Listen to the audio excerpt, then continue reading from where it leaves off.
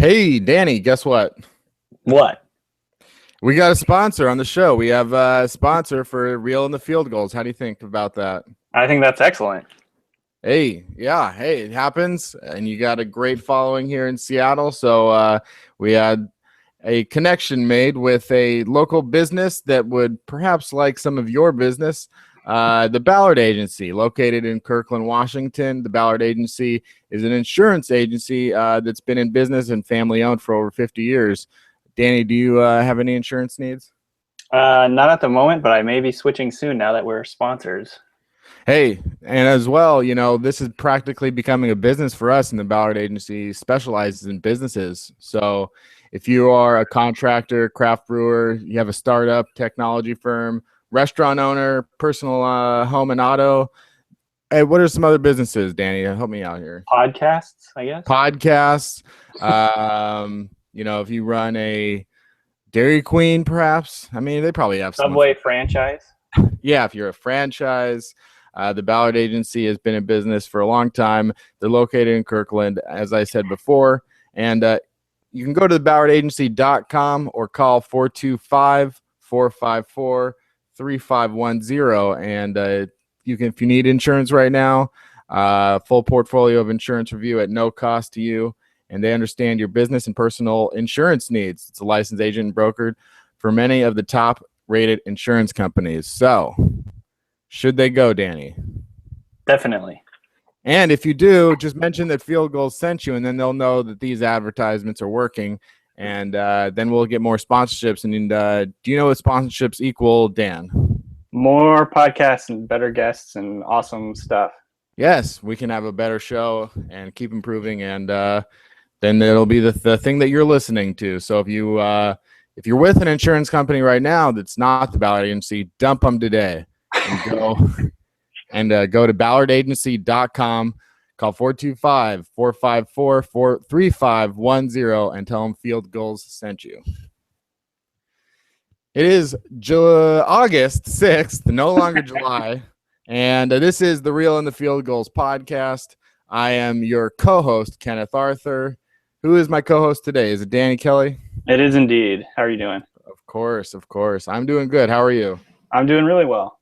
I'm excited about our guest today. I'm excited about our guest. The guest of all guests. The guest of guests. And I'm not going to say who requested to be called the guest of guests. Was that my idea? Was it his idea? You'll have to find out. We're going to talk training camp. There's a lot of Seahawks stories going around. Our guest is Stephen Cohen of the Seattle PI. Sports editor now at the Seattle PI. Is that right?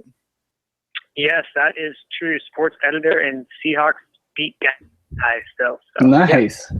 Stephen, how long ago were you in school at Syracuse? 2012 to 13. I was doing my master's, so I was kind of the older guy doing his master's with kids 10 years younger than me. So sounds kind of ideal. Creepy. Yeah. 2 years ago, you were in school getting your master's in journalism. Hadn't done journalism before that, I don't believe, and now you're the editor at a major newspaper in a pretty big market. That's pretty cool. Well, this is a website now, no longer a newspaper. Oh yes, the website. Yeah, it is kind of crazy. I sometimes have to pinch myself. Well, if I ever get in a bind, I expect a job. So just worry about that. We'll take your application very seriously. We really will. Thank you very much. So let's get to what we want to talk about and what people want to hear about. Wet Hot American Summer, first day of Oh my God, it's so good. Did you watch all 8 episodes? You already did? Did you? No, I'm only 3 in because I don't want to live in a world where there's not new Wet Hot American Summer content existing for me. So I'm taking it like very, very slowly. I'm being really, really deliberate with it. Yeah, it is. It was hard because when you watch the first, Wet Hot American Summer was 15 or something years ago. So when you started watching it, it was like, wow, I can't believe this is the same thing. But this is new, though. This is more of it. And it was like mind blowing. And it was definitely sad when it was over. Danny, what's your update? Well, I haven't watched it quite yet, but I do love the fact that it's people, whatever, 10 or 15 years later, playing the same characters as a prequel. Yeah. Really, I like it. And it's never not funny. It's funny the whole time. It's like these 45-year-olds playing high schoolers, which I just love. It's great stuff. Definitely check that out. And we promised we would talk about the that first day of camp, but today we're also talking about the 5th day of camp, the 5th day of Seahawks training camp. What a transition! That's why we get sponsors, baby. That's how you do it. So I think the story, there's a couple stories looming over right now, but the top one probably being the Kam Chancellor holdout. Steven, obviously he didn't practice today, and I know John Schneider and Pete Carroll have made comments on it. What are your feelings? What are you seeing out there at camp? When is Kam Chancellor going to come back? Yeah, well, without any kind of first-hand knowledge of the negotiations, because they've been very quiet, I just don't think there's been a lot of movement there. Chancellor wants more money. It's unclear if he's actually looking for the Seahawks to tear up the final couple years of his deal and do a new one, or if he just wants some of the incentives to become guaranteed money or whatever. But the Seahawks, they're not really under any pressure to do anything. He doesn't have leverage in the situation. The Seahawks do business a very consistent manner, and they're not going to deviate from that, because then they have to look Michael Bennett in the eye and say, why they choose not to do that with his deal, and they did it with Chancellor's. So it's tough, because he's obviously one of the most important guys to what they do on defense, and he is a leader, and the younger guys look up to him. Not having him there is a big factor. Deshaun Sheds looked just fine as a replacement, but he's not Kam Chancellor. He'll never be. And so it's a big story. I think Pete Carroll said yesterday it's a big issue, and it's going to continue to be until it's solved. And there's really no indication when that will be. Did you get the impression that the Seahawks, their tone changed yesterday? Because that was kind of one of the things people were talking about. That a couple days before that, it was like Pete Carroll, very, very effusive in his praise, talking about how much he loves Kam Chancellor, and then I guess there was a little bit of a tone shift. Yeah, so I read that too, and I didn't get that impression. Okay. I got the impression that basically Pete was asked a question that he had no updates for, and that's why the tone was a little bit different, because it was just like, yeah, I don't know anything. There's nothing new. Okay. It could be, though. I mean, I don't know. We don't know what's happening behind the scenes, if there's just some impatience there, if they're, kind of butting up against the same things every day. But I didn't get that read. I wouldn't read too much into that, I guess. Josina Anderson just tweeted something out. Her take on it, or what she's hearing, is that Kam Chancellor wants better cash flow over the first 2 years of his remaining 3. So he wants them to convert the majority of the $9.65 million in base salary into a signing bonus. What do you think the Seahawks are going to do anything here, or do you think it's just too dangerous for in terms of their future negotiations for them to do anything? It's really hard, because it's not like they haven't done this before, right? They did convert one or a couple of Marshawn Lynch's bonuses last year, right, into salary, which kind of flew under the radar because he was back, and it was like, oh, the Seahawks didn't budge, so they won that. But they did, do something. Mm-hmm. They did kind of throw in the bone there. Yeah. This is significantly a bigger ask than what I think Marshawn's was, because Marshawn's was the incentives he was always going to get. It wasn't going to seriously, change the structure of what what the salary cap number was or whatever. So I don't know. This seems to me like something that's coming directly from the agent here. Yeah. And I don't know. I don't get the feeling that they're going to play ball here, because I think the precedent is just too, it's too dangerous to actually do anything with it. Did you say that the precedent was too dangerous, or did you say the president was too dangerous? I believe both. No, I can't say anything like that. Be careful with that. I set you up for sort of a hot topic where you accidentally. Yeah. So as far as Kam Chancellor's replacements, who's playing there with the first team, and how do they look? So Deshaun Sheds at first team strong, and then Stephen Carroll has been the first team free with Earl out with injuries. And Shed looks good. Like he's a good player. He's really, I think, come along the last couple of years in the defense. He's always been a good special teams guy. And they really like him just kind of as a fit on the team. I think they really like his personality, and they love his versatility because he can also, slide into a corner spot if necessary. Yeah. So he's been fine. He's great. He would probably, start on a few teams. But he's just not Kam Chancellor. And I think the thing that's hard to know is how that defense would look if Deshaun Shed was the strong safety, because they would have to change what they do, I think. It would necessitate a little bit of a scheme change because their scheme is sort of so closely tied to what Cam and Earl do well. Mm-hmm. I think, it would be interesting. I don't know how it would affect kind of how they would line things up if Shed would become kind of more of a mid-range safety and not up in the box so much. Because I don't think, run support doesn't seem to be kind of his strongest suit. It'd be interesting to see. And along those same lines, we just heard that Earl Thomas is back at practice. He was cleared from the PUP list, and he's available to start practicing. Now, he didn't practice today. Is that correct? No, he did not. He came out in uniform, but not in pads, and he watched from the sidelines again. And how has Terrell looked? I mean, he's kind of one of those players that people don't know a whole lot about, if anything, other than, I think in one preseason game, he gave up a touchdown and everyone kind of gave up on him at that point. But how has he looked? He's fine. He's not quite as polished as Shed. He doesn't look great when he's matched up with Jimmy Graham, I'll tell you that. But there's not a lot of defensive backs who have this offseason. But he's all right. He's another guy who I know they like his versatility. He's able to play both corner and free, and I think they could use him in the slot if they needed to as well. So he's another good player, but he's definitely a depth piece. I don't think they want him starting back there at all. Yeah. Another interesting thing from today, as far as the secondary goes, was Douglas McNeil III. He's a guy that was a wide receiver. He played at 4 schools in college. He bounced around, finally ended up in the Arena League, caught 18 touchdowns, came in as a wide receiver on the practice squad last year with the Broncos and the Seahawks, and now apparently playing cornerback. Yeah, that was really interesting. Actually, Danny and I were talking just as this was happening. It was like, hey, who's number 19 on defense? Oh, that's Douglas McNeil. But he's interesting because he's been having a good camp as a receiver. Yeah. He hasn't been as consistent as some of the guys, but he came up with sort of splash plays every practice where you couldn't help but notice him, going up and getting balls or making circus catches.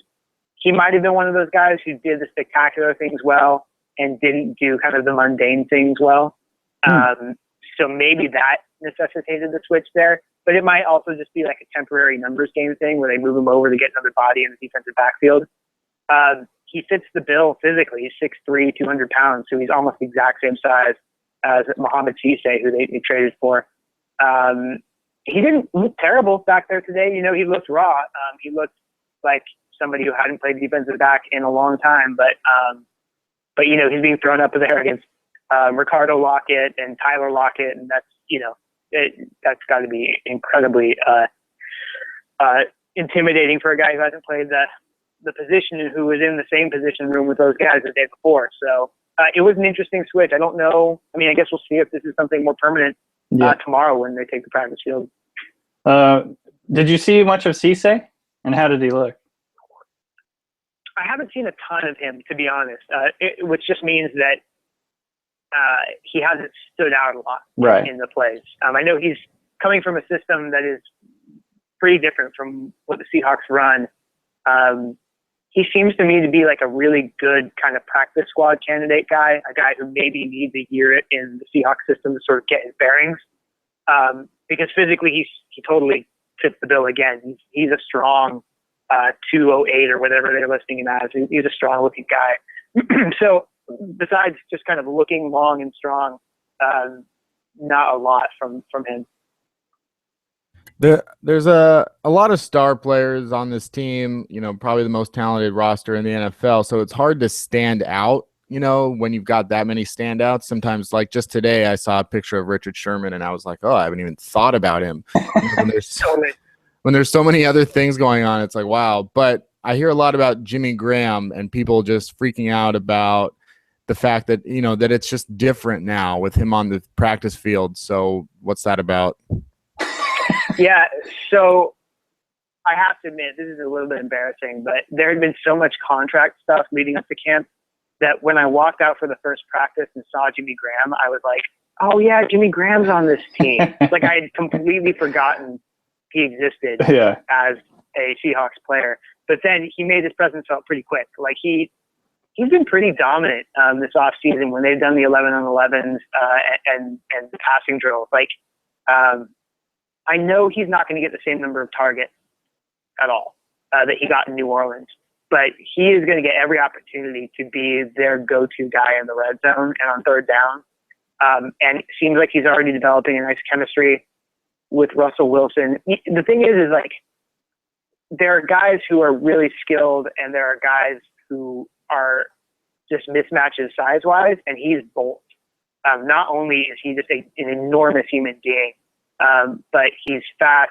His timing when he's going up for a ball is really, really good, strong hands. And he knows how to kind of post up guys a little bit, and that's probably, you know, people are going to obviously overplay his basketball background, but it looks like it's a thing. So he's hard to miss. He actually had a pretty quiet day today. He even like short-armed one ball over the middle there, which wasn't his best moment of camp. But overall, he's been just dominant. What do you think that it means for Luke Wilson? Because I know the Seahawks have talked about how they, Darrell Bevel in particular, has talked about how he likes using the 2 tight end set and kind of just what it means for using them together on the field at the same time. I know they've already kind of gotten talking about the Bash brothers and things like that. What does this do for Luke Wilson? I think it actually helps him quite a bit. Because he's a guy, he's not as skilled as Jimmy Graham, but he is a size and speed mismatch. Yeah. And we saw that a couple times last year when he would just kind of get up the seam on a linebacker and it was game over, you know, if he could come down with the ball.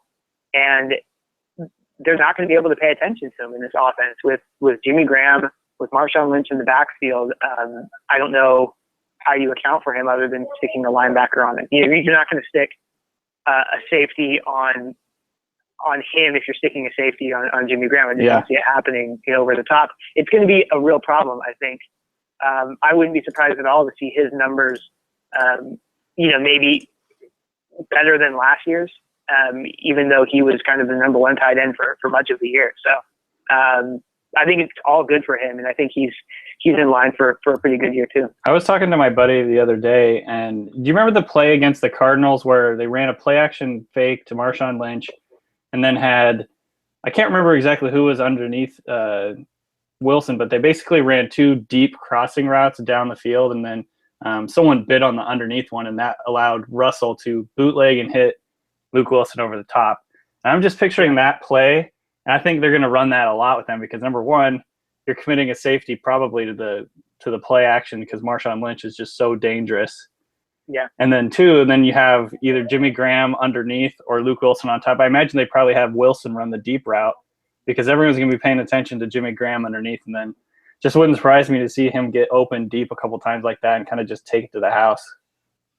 Yeah, no, not at all. And he's already proved that he can be sort of that big play threat from the position. So I think that's a good call. I think getting Jimmy Graham is like all positive for him and could end up with even more big plays this year. So yeah, it's going to be interesting. You know, I will say kind of the thing take with a grain of salt is, you know, last year at this time we were also talking about how Percy Harvin was going to be revolutionizing the Seahawks offense too. So you never know until you actually get on the field and start working it. But it certainly appears that Jimmy Graham's fit in this offense, which we were all kind of wringing our hands about when he was first traded, is going to be a pretty smooth transition. Go ahead. I was just going to ask, because you watched all the training camp practices last year. You get access to practice during the season. Yeah.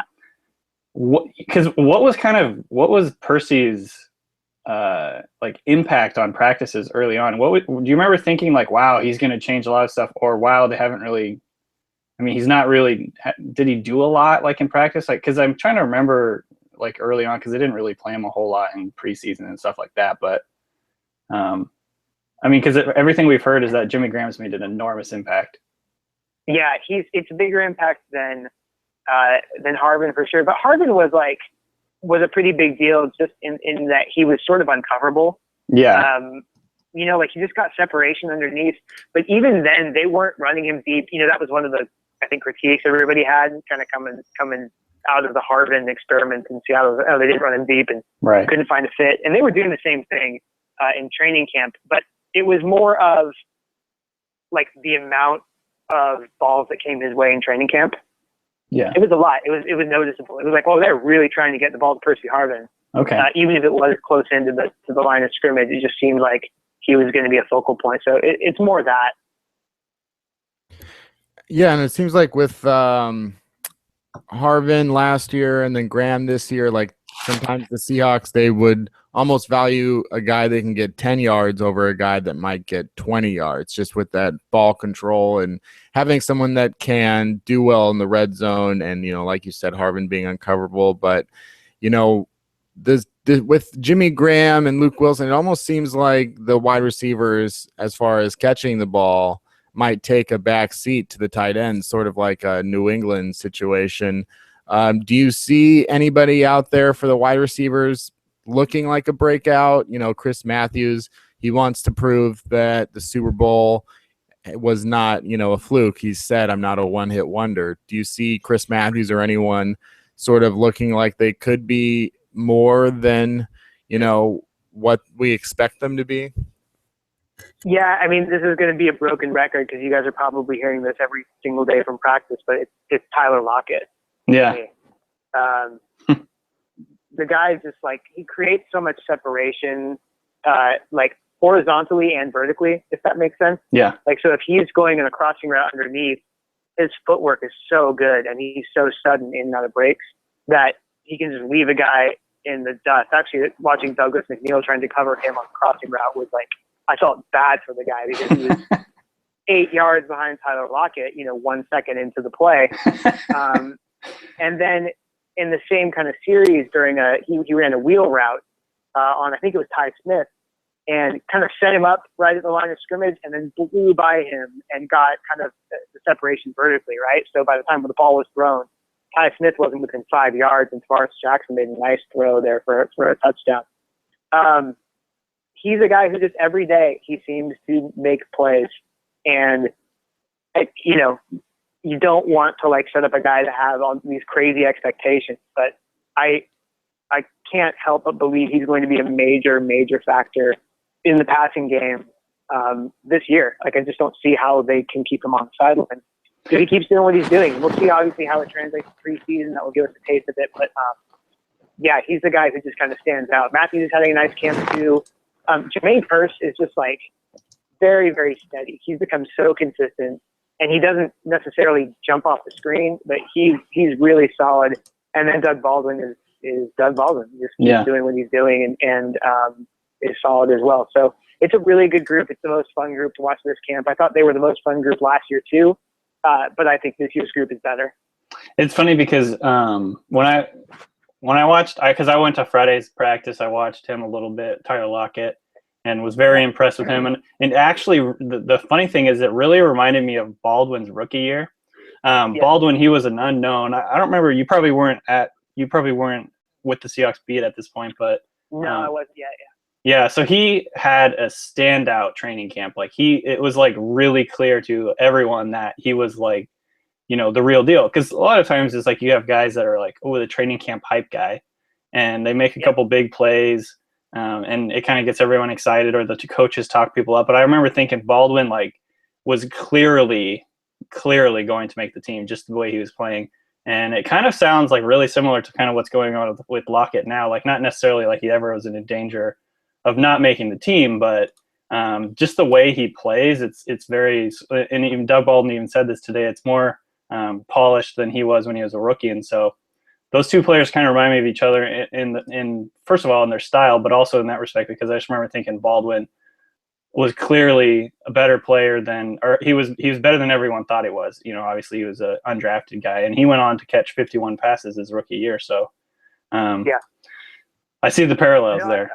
I totally agree. I see the parallels there. I think it's funny to me when Darrell Bevell spoke, I guess this was last week, and he said, they weren't counting on him to be really a factor in the offense. They Right. kind of, when they drafted him, he was going to be a special teams guy. And then they saw him on the practice field and they were like, holy smokes, this guy needs to be involved in the offense, which is kind of funny because he's Kansas State's all-time yardage leader. And Yeah. he has every single receiving record. He's a great college player. He tore up the Big 12. So, I don't know, maybe Darrell Bevell missed that tape on him, I guess, but he is so polished. He's so, pro ready in so many ways. It's really fun to watch him too. He's not perfect too. He's going to have bumps along the road, and he's definitely, receiver is one of those positions. It's tough to make an impact early. It's tough in the Seahawks offense too, because so much of your responsibilities are, as part of the ground game too. And he might have some challenges there because he's not a huge guy, but he is a guy who he looks like a steal as a 3rd-round pick, honestly, and kind of had me scratching my head today wondering how in the world he lasted that long. So he's going to be one to watch for sure all year long. Last year, or after Russell Wilson and Bobby Wagner got their extensions, the Seahawks needed a little bit of cap space, so they did something not entirely unexpected and released Tony McDaniels. Obviously he played a lot of snaps last year, but they have other guys coming in, some interesting guys with Atiba Rubin, as well as, there's other guys on the defensive line. Anyone that you're noticing? How's Rubin looking so far to you after a week? He looks good. He's it's so funny to see the different body types along that line, because McDaniel was just he was so tall, and he was a 300-pounder, but at 6'7" or whatever he was just kind of this long, lanky, powerful guy. And then you got Atiba Rubin, who is like a bowling ball of a human being, and he's not like a fat guy. He's just very strong, and he's really compact and built kind of like a bowl. And so seeing him in the middle of that line, I think he's really powerful. He's a good penetrator. I don't know that he is going to be kind of the block occupier, I think, that Brandon Ebane is, or even that Tony McDaniel was. But I think he has a chance to be a guy who, penetrates into the line and makes a play or two in a game. And I know what they really like about him is his pursuit. He is a guy who is going to track down the ball carrier on every play. So he seems like a great fit. And if, look back at his numbers with Cleveland his first couple of years, he was so productive there when he was healthy. He is a guy who ran into some injuries the last couple of years and sort of played, when he wasn't 100%. So I wouldn't be surprised at all if he actually turns out to be a little bit of an upgrade over Tony McDaniel, who I think is a nice player. But I think that Rubin's a nice addition to the line there. What is, in the nickel defense, obviously Rubin might be a factor, but in terms of some of the nickel guys that are going to be playing inside, we've heard a lot about Frank Clark playing potentially the Michael Bennett role.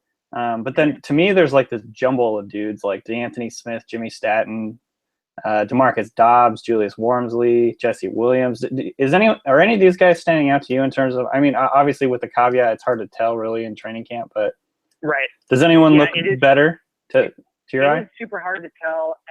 I just don't. So one guy who hasn't stood out to me, and this is with the caveat that if he has a great season, I get to retract all of this, but is Frank Clark. He just hasn't popped to me. Okay.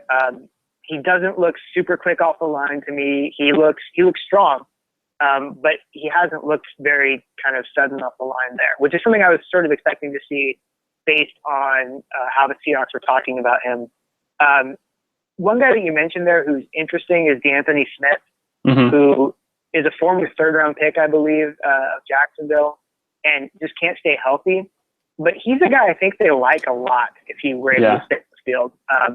He ran with the ones during the spring, and when Mebane was not playing, he was in with the first team quite a bit. And so I think they like him. I think that he's a guy who could be one of those guys who makes the team, and then, you know, a few games in, you realize he's playing a lot more snaps than you anticipated. So I guess he's the guy out of all of them, I would say, not so much from like what I'm seeing on the field perspective, because again, it's so hard to see. Yeah. But just from like the way that they're kind of putting him in, the way they're rotating him in, he would be a guy who I'd just keep an eye on. What about Jordan Hill? You know, Jordan Hill's been a little bit quiet this Yeah. week, I think. And he was a guy who was kind of like wrecking shop in spring when he was playing. He did miss some time with injuries, but like he was really disruptive in the pass rush. And maybe that was part of it, was going against rookie linemen who were just taken and just added to the team or whatever. Yeah. But he looks really, really good. And he's a guy who I haven't, again, just noticed too much in the summer here. I think he's a big part of their plan. So, we'll see how it works out. But he's not a guy who stood out to me specifically. I really, I've always been a big fan of Rob Staten's work at Seahawks Draft Blog, and one of his favorite players from the 2014 draft was Cassius Marsh. We didn't get to see a lot of him last year, but how does he look so far this year? I saw him on back-to-back plays. He could have got arrested for what he did to Jesse Davis. Ooh, being called out. Wow, you're saying that he's doing stuff that's illegal. Was he like dealing or something? But he's really quick off the line. And I think, before we were thinking he might be sort of a Michael Bennett clone and play Right. and an inside. And I think they've changed their mind on him a little bit. I think they think he is quick enough and can be good enough in space to play a Leo and eventually strong side backer role. I think Pete Carroll said as much yesterday. Yeah. That they're eventually seeing him in that spot. So he's somebody who has stood out, and they really, really like him. Again, he has to stay healthy, and he's a guy who he's fluctuated so much weight since he was in college a couple of years ago. It's going to be super interesting for me to see, like, all right, is this a guy who can kind of reach a conditioning level of an NFL linebacker, as opposed to coming from a defense? He's a 300-pound defensive tackle, basically at UCLA a couple of years ago. So they really like him a lot. He's quick. He's been working his tail off. I think he's been at the facility a ton, which they love. What about the other big guy there on the defensive line, Jesse Williams?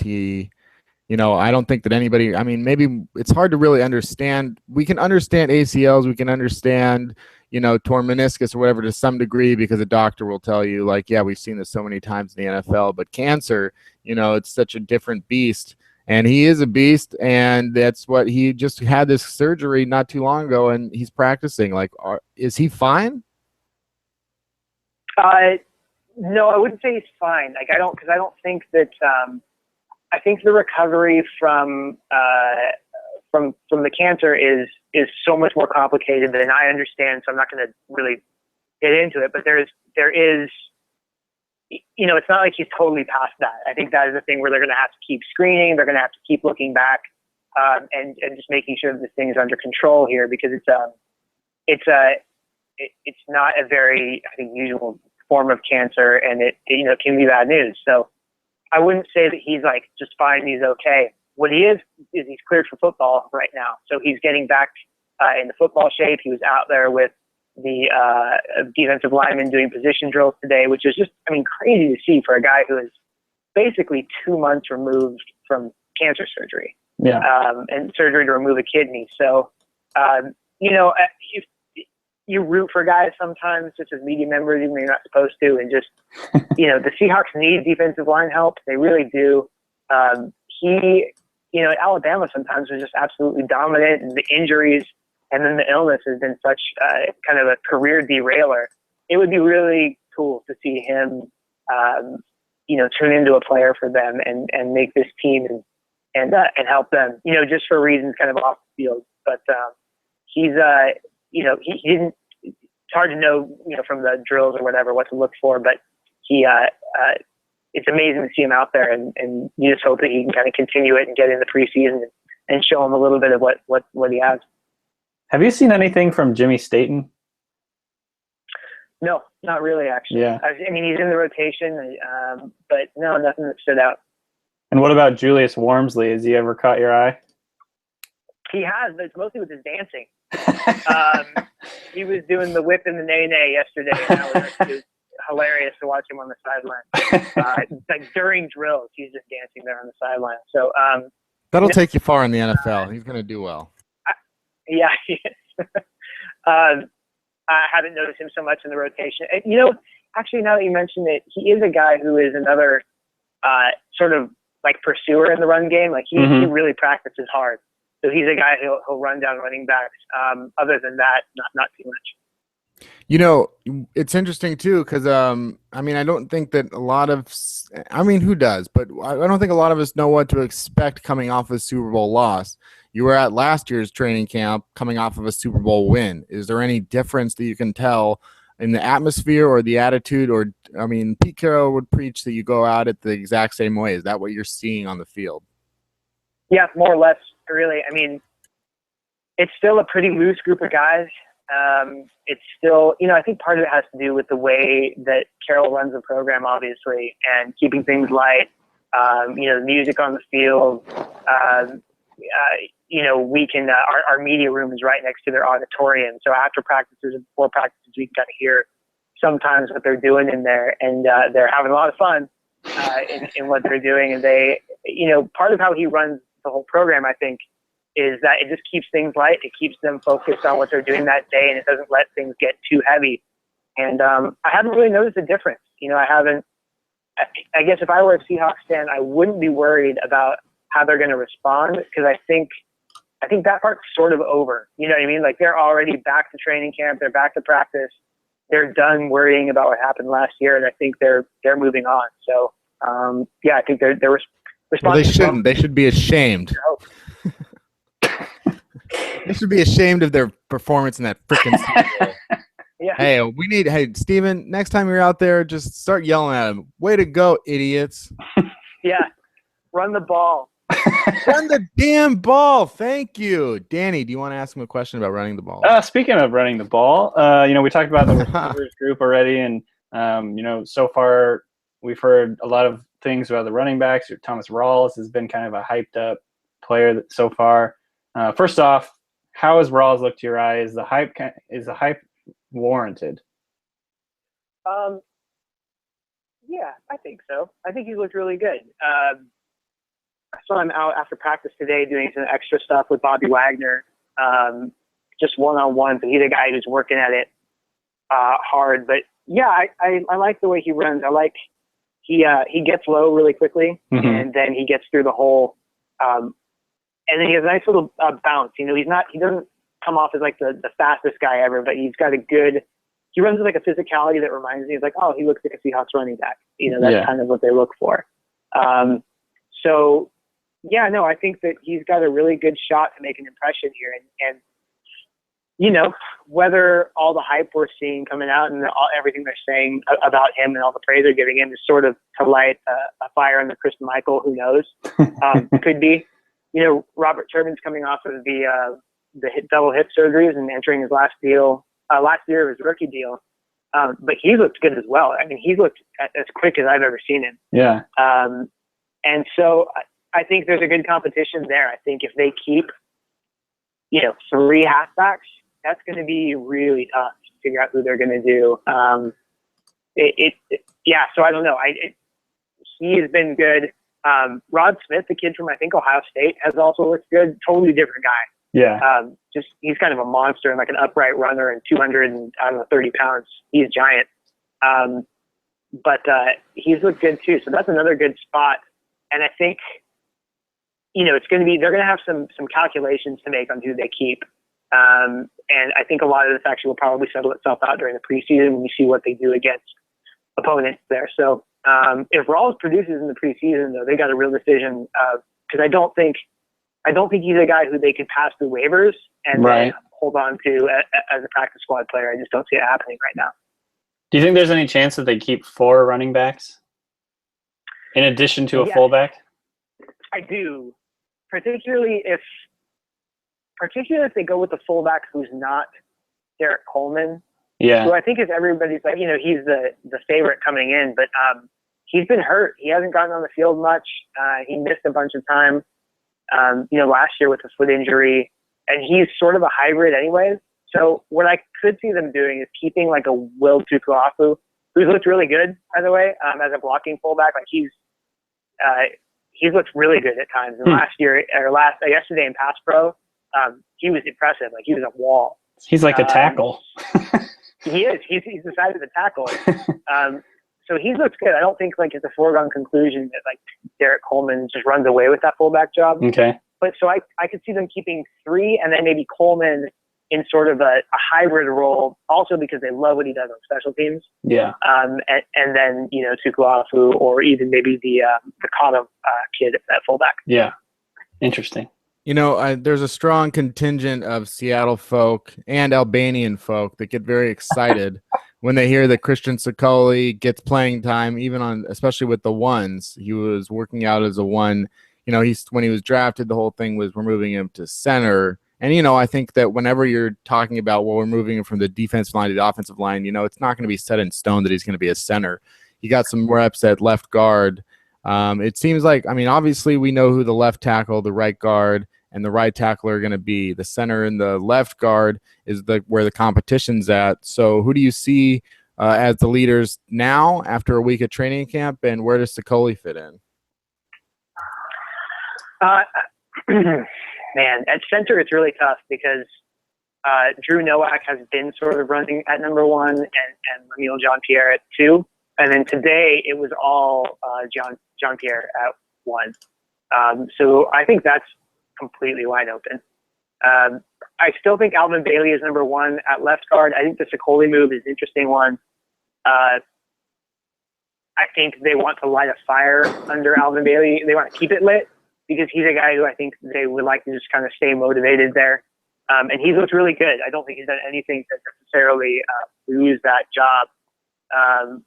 But I think maybe Sicoli moving over there is just, giving him a look-see. It's a really hard transition going from defensive line to center, which is, I guess, for a lack of better analogy, it's like the quarterback of the offensive line, right? You have to know everybody's calls, and you have to be kind of, right in sync with what's happening with the offense. So that's a really, really big leap for a guy to make.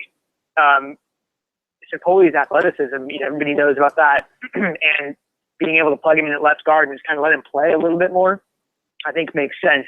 I also think it might be a little bit of an indictment on Terry Poole,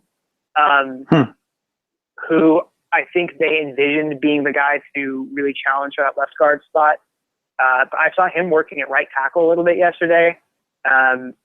He's come off to me as a little bit stiff, a little bit upright. So I don't know if maybe they're just rethinking their plans there. At this point, it honestly should just be shuffling guys to just to get an idea of what they can and can't do. I think that. But I don't know. It's been interesting to watch. Yeah, I think that in Rob Rang, he did a top 10 for the Seahawks rookie class, and I don't think Terry Poole made it, which was pretty bad because he was the first lineman that they took, and then but he did have a lot of praise for Mark Glowinski. What do you think so far of Glowinski? I feel like I'm making caveats for every answer, but so watching offensive line play is tough, but he definitely fits their mold, as far as he's an athletic guy, has a nasty streak to him. And I think looking forward, I think they really like him as a possible replacement for J.R. Sweezy. Mm-hmm. If they let Sweezy go in free agency, and he seems like a guy who just don't have room to get re-signed right now, obviously. But then in the offseason, it'll be a really interesting question to see how he's valued and how much potentially he could get as a free agent elsewhere. But I think that they like him a lot.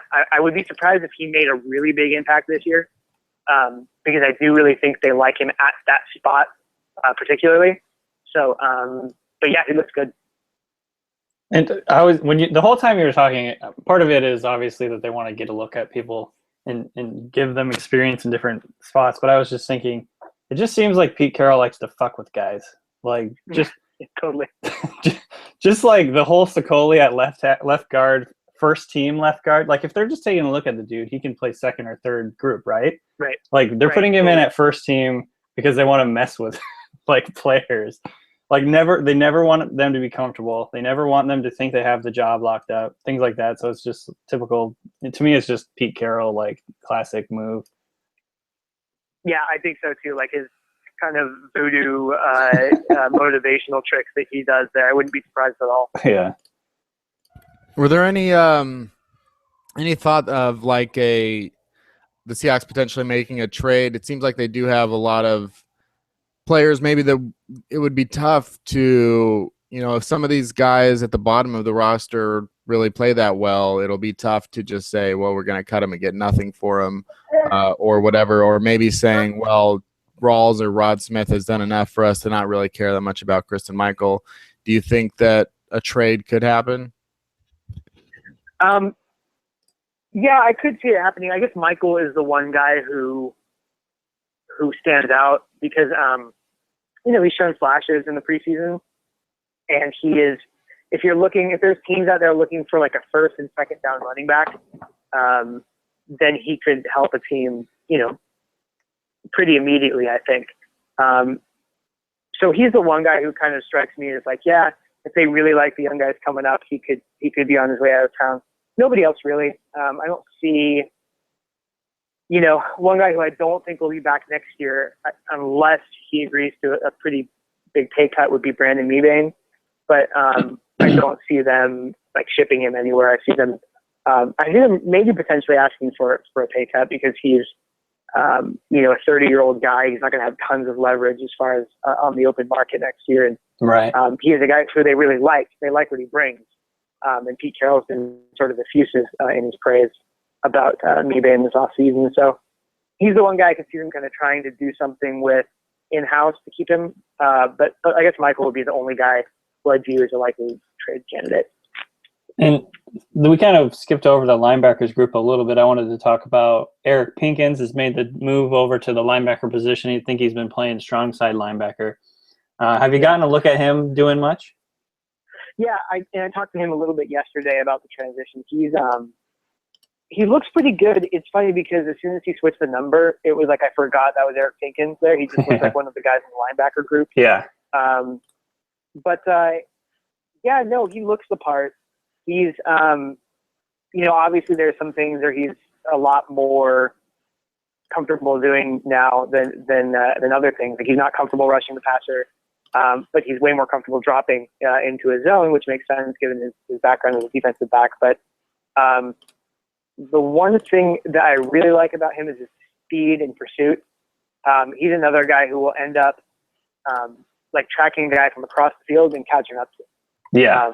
Because he's just that good of an athlete and he's that quick. So he's another guy who I think I don't see him making the 53 this year. I just think the numbers are going to be too tight, but I can see him being a practice squad guy who they eventually groom for a bigger role next year. So that'd be my guess right now. He'll probably come in and be leverage or / a hedge bet for Bruce Irvin potentially leaving. Speaking of that, how's Bruce looked to your eye? He's looked really good. Yeah, that's what I thought too. He has looked so quick in pass rush, and that's mostly where I'm seeing him. I haven't noticed him too much kind of in the traditional linebacker role, but rushing the passer, he looks really, really fast, as fast as he ever has. And, he got in a couple of fights with Russell Okung last week, I guess. That's funny. Where he just whipped Russell Okung on those plays. He really did. It was, coming off of the line, like we were all kind of wondering if he was offside because right. he was in the backfield so quickly. But yeah, I think he's going to play angry this year, and I think that might be really good for the Seahawks.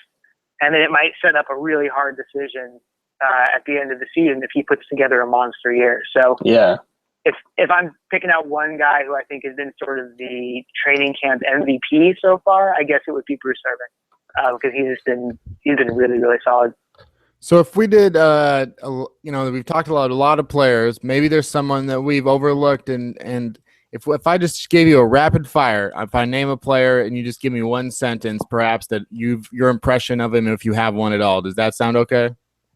Yeah, let's but I'm intimidated. But okay. All right. I feel like we just entered the hot seat or something like that. And the Yeah. lights came down. Stephen Cohen is sweating profusely. RJ Archer. He doesn't look like he's a good bet to make this team. I think that's something that was probably safe to assume as well. What about Brock Coyle? Brock Coyle looks solid. He looks like he is the definite number 2 behind Bobby Wagner, and I expect to be a key special teams guy again next season. And not to influence your sentence here, but another guy that didn't make that top 10, though he was drafted, of Rob Rang, Obum Gwacham. He looks bigger. I thought that too. What's that? I thought that too. When I went to camp, I was like, he didn't look that skinny. People were talking about how skinny he looked, but I didn't think he looked that skinny. No, they listed him at 246, I think, today in the roster today, and he came in at 230, I believe. Yeah. So he's definitely put on some muscle, but he's still really raw, and still doesn't look like he's quite big enough for the role they wanted to play. Gary Gilliam. Gary Gilliam, he hasn't really stood out to me, other than he looks like their top. He looks like the favorite for the swing tackle position. Yeah. Kevin Norwood. Kevin Norwood hasn't been as impressive this camp as he was last camp, where he was one of the better guys on a lot of days in the receiving corps. He's in a tough group right now. I'm gonna Kerry Williams. Kerry Williams has had some rough moments. I think the transition hasn't been as easy as maybe people hoped. I think she still got a lot of time, but one of the things I couldn't help but think about watching today was if Jeremy Lane was healthy, I think Jeremy Lane is starting on the outside spot over Kerry Williams, even if they're both on the team. I think this player, it's interesting because we talked so much about the Seahawks, and I can't even recall the last time if we've ever talked about this player on this podcast. But if he was on the Seahawks in 2004, he'd be like the 3rd best player on the team. KJ Wright. He is an absolute luxury for the Seahawks. Like we were just talking, when Bruce Irvin missed practice yesterday just for a rest day, and he moved over to the strong side, it was just another wow, this guy is so important because he provides them with so many different options in their linebacking core. He's one of the most important players on defense, on the defense full of stars. He's the guy who should be, a star and is not. I'm going to go to another player that kind of flashed early on in his career, then had some injuries. I haven't really talked about him a whole lot lately. There's not a real clear role for him at this point. Greg Scruggs. Yeah, he looks good at times. He was one of the guys who, through OTAs and minicamp, I noticed a lot more than I have in training camp. Probably because he was getting more first team work there. Mm-hmm. Strong side end? Yes, strong side end. Okay. And he's I think they really like what he can do. I think he's a really strong player. He plays really strong. I don't know that he is kind of a quick twitch guy, but I think I don't know. I think he has a chance in this defensive end rotation. Just in terms maybe of if he'll start the season on the PUP or not, Paul Richardson. Yeah, I think he starts on PUP. I think he's they like where he's at in the recovery, but especially with how good the receivers group looks, I don't think they're in any hurry to get him on the field before he needs to be. He's a guy who's had multiple knee injuries too, so I think they'll take it slow with him, probably slower than he would like. Ricardo Lockett. Lockett looks as fast as ever. He's going to be pushed by some of the young guys for a roster spot. What I think maybe ultimately wins out, though, is his special teams ability, is how good he is on special teams. But yeah, he's looked just fine. I think this is going well. BJ Daniels. I'm waiting for you to name a player who's not on the Seahawks roster. I talk about him, and then you guys are like, he's not even on the roster. Benedict Cumberbatch. He looks really good. No, sorry. So we were asking about BJ Daniels. Yeah. He looks good. I don't think he has a shot really at making the team, just because of the numbers. But he's really transitioned nicely to that receiver spot. His hands have come along really well, and he's not like, he doesn't get as much separation as some of the other guys in the receiving core, but he gets enough to get himself open. So he's turned into a nice player there. This is a guy. I want to ask one more, unless you got a couple more, Kenny. Well, I just want to follow up on that real quick. Go ahead. Let's say all things were equal and all players were healthy, and I mean, they've got the roster that they've got, and they might have 11 receivers on the team right now. But assuming that Doug Baldwin, I mean, whatever you want to call a number one, he's the best receiver that they have. But assuming Doug Baldwin was number one, and I don't want to influence after that. I know you like Ty Lockett, but all things being equal, if Paul Richardson was healthy, how do they expect the top 4 or 5 receivers to go, do you think? Okay, so I'm looking at the receivers group right now. So Baldwin would be 1, Lockett 2. Not Lockett 2, I'm sorry. Jermaine Kearse would be 2. Yeah. Maybe. So if he's healthy, Paul Richardson maybe 3 and Lockett 4. It's hard because they're so different, too. They do different things. And Richardson is such a vertical threat, who actually, looked like a pretty smooth route runner by the end of his rookie year too. So, but you know what? It wouldn't surprise me at all if a season from now, maybe kind of halfway through next season, we're talking about Richardson and Lockett being 1 and 2 on that group. Yeah. This is another guy that I'm switching gears a little bit. I was going to ask you about someone else, but I just thought of this. Kevin Smith, he'd been kind of hyped up last week, I believe, or earlier this week, having a couple really good practices. He probably doesn't have a shot at the roster, but kind of what kind of stuff does he do well? He's got really good hands, and he runs nice routes. Okay. He's missed the last 2 practices, I think, with a groin strain. Yeah. And but he made one play, I think it was at the end of Saturday's practice, where he ran kind of a deep post, nice route, kind of got enough separation, and then the ball was thrown kind of low and outside, and he was able to twist his body in such a way to fingertip catch it, stay on his feet, and run upright for a touchdown, untouched. Wow. And it was the last play of practice, so it was sort of like an eye-opening play that was also like a really great kind of punctuation to it. He had a really nice camp. It's kind of a shame that he hasn't been out there the last couple of days, because he was a guy who was, like auditioning for a spot, maybe on another team if he can't make the Seahawks there. And he would be a guy who I wouldn't be shocked at all if they just are forced to get rid of him for a number situation, catches on elsewhere. What about Nate Boyer? He apparently, I missed this today, but apparently he took some snaps with the first team special teams during the the scrimmage period today. Yeah, so I missed that. The great Bob Condota, who I've heard you've had on the show, yes, pointed that out today. So that's interesting. I don't know. I guess there's a chance that he makes the team, but it was surprising to me. That was a super interesting little development late in practice.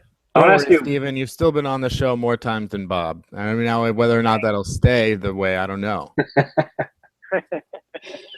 I wanted to ask you about a guy that there'd been a little bit of hype around. I think I'm not sure where we've seen it, but people have been talking about Tristan Wade. Has he been playing kind of in the slot or slot free safety style role? What's his deal? Yeah, he has. And when he's another guy who, this is, not to be pithy, but when he's not covering Jimmy Graham, he's actually looked quite good. Yeah. But he has gotten victimized. He's been on the receiving end of several of those Jimmy Graham touchdowns. Yeah. Okay. But he looks good. He looks pretty good. The other guy who actually stands out from the secondary is 42. Ronald Martin? Ronald Martin. Yeah, okay. Yeah, he might be riding that fine line between hitting too much in camp and getting all the veterans annoyed at him.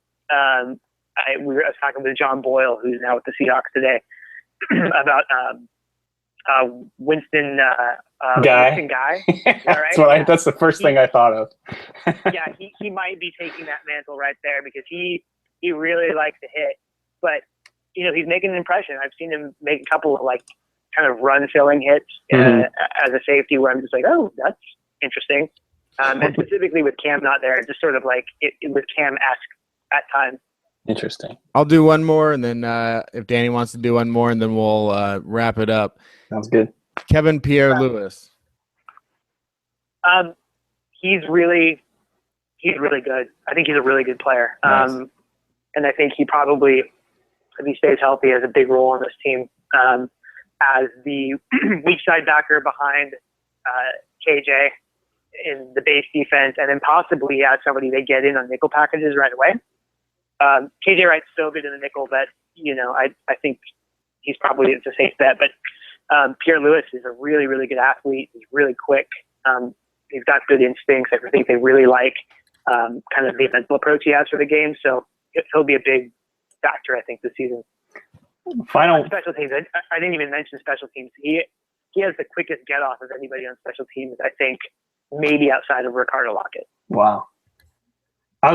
So one last question for you here, and I kind of had Anthony McCoy penciled in as my number 3 tight end, but considering his injury rate of about 50% so far in practices, if you're going to pick one, Rashawn Allen or Cooper Helfet, who do you think makes the roster? Well, so I'm tempted to say Allen because he's a different type of player. Yeah. I think Cooper Helfet's more along the lines of Luke Wilson. He's kind of like a pass catcher first. Yeah. And body type wise, he does look a little bit thicker this year, though. I think he has put on a little bit of weight, which is just probably a good thing for him. But Rashawn Allen's a big guy, and if they like his blocking, which again I haven't noticed too much from him yet, but if they think he can develop into a solid run blocker, I think maybe he has the leg up there. There we have it. It just would seem like with this rash of players retiring, Anthony McCoy is like, not me. I'm going to keep doing this. I'm going to keep trying. And, God bless him. Yeah. You got to feel bad for the guy. It was awful seeing him on the ground yesterday and just being like, oh, man, what's going on again? So, I don't know. Hate to see it. It's too bad. Yeah. Yeah, we're rooting for him. And we want to thank Stephen Cohen for coming on. You can follow him on Twitter at SCohenPI. Is that right? That is right. Okay, good. Because that was mostly a guess. No. You forget these things. You can always subscribe to this podcast on iTunes at Reel in the Field Goals. Go to fieldgoals.com. Follow Danny at Field Goals. I'm at Kenneth Arthur S. And remember that this show is brought to you by the Ballard Agency. Go to ballardagency.com for your insurance needs. And please, please, please, I beg of you, tell them that Field Goals sent you. And then they'll know that this works. And that's it. So any parting words, Danny? No, I just wanted to say thanks again to Stephen for taking the time to talk about all these players. The guest of guests. I enjoyed it. The guest of guests. Yeah. Yep. Thank you, Stephen. And everyone else, tune in next week, around the same time for another show. Bye.